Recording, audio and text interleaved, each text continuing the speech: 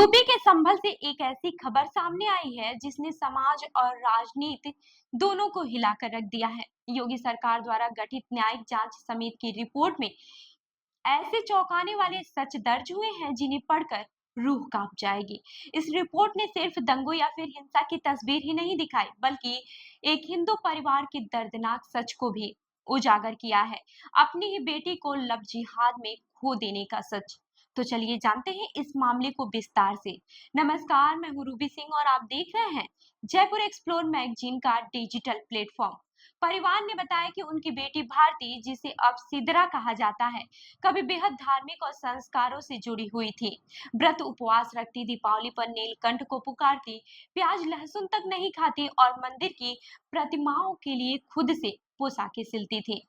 परिवार के लिए वह गर्व और आस्था का प्रतीक थी। लेकिन 2013 से 14 में उसकी शादी संभल के दीपा सराय निवासी मोहम्मद हम्माद से हुई और उसी पल सब कुछ बदल गया। भारती की पढ़ाई यमुनानगर और गाजियाबाद में हुई, जहां उसका संपर्क हम्माद से हुआ। दिल्ली के पीजी से उर्दू किताबें मिली और सहेलियों ने बताया कि वह अक्सर हम्माद के साथ वक्त बिताती थी। जब मामला परिवार तक पहुंचा तो यह मामला इलाहाबाद हाई कोर्ट तक गया, लेकिन अदालत में भारती ने हम्माद के पक्ष में बयान दिया और परिवार केस हार गया। यहीं से परिजनों की दुनिया बिखर गई। रिपोर्ट में दर्ज है कि फैसले के बाद हम्माद के परिवार ने संभल में भव्य दावते ए वालिमा का आयोजन किया। परिजनों का कहना है कि ऐसे आयोजनों का मकसद सिर्फ खुशियां मनाना ही नहीं था, बल्कि हिंदू परिवारों को धार्मिक और सामाजिक रूप से अपमानित करना भी था। जांच रिपोर्ट में यह भी सामने आया है कि ऐसे आयोजनों ने इलाके में हिंदू परिवारों को पलायन के लिए मजबूर किया और संभल की डेमोग्राफी बदल गई। आज भारतीय, जो अब सिदरा कहलाती है, पूरी तरह इस्लामी रीति रिवाजों का पालन करती हैं। वह मदरसों में धार्मिक भाषण देती हैं और मुस्लिम मौलवियों से भी अधिक प्रभावशाली तकरीर करती हैं। पति बेरोजगार है, जिसने कई नौकरियां बदली और अब कपड़ों की दुकान और बुटीक चला रहा है। दोनों की दो बेटियां भी हैं, लेकिन इस नई जिंदगी के पीछे एक दर्दनाक किस्सा भी छिपा है।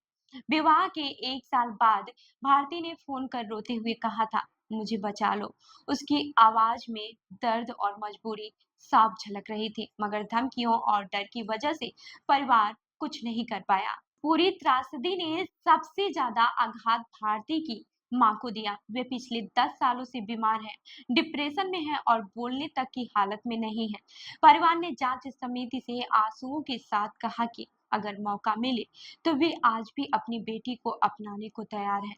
संभल की यह घटना सिर्फ एक परिवार की निजी पीड़ा नहीं है, बल्कि न्यायिक जांच समिति ने इसे एक सुनियोजित लव जिहाद का हिस्सा बताया है।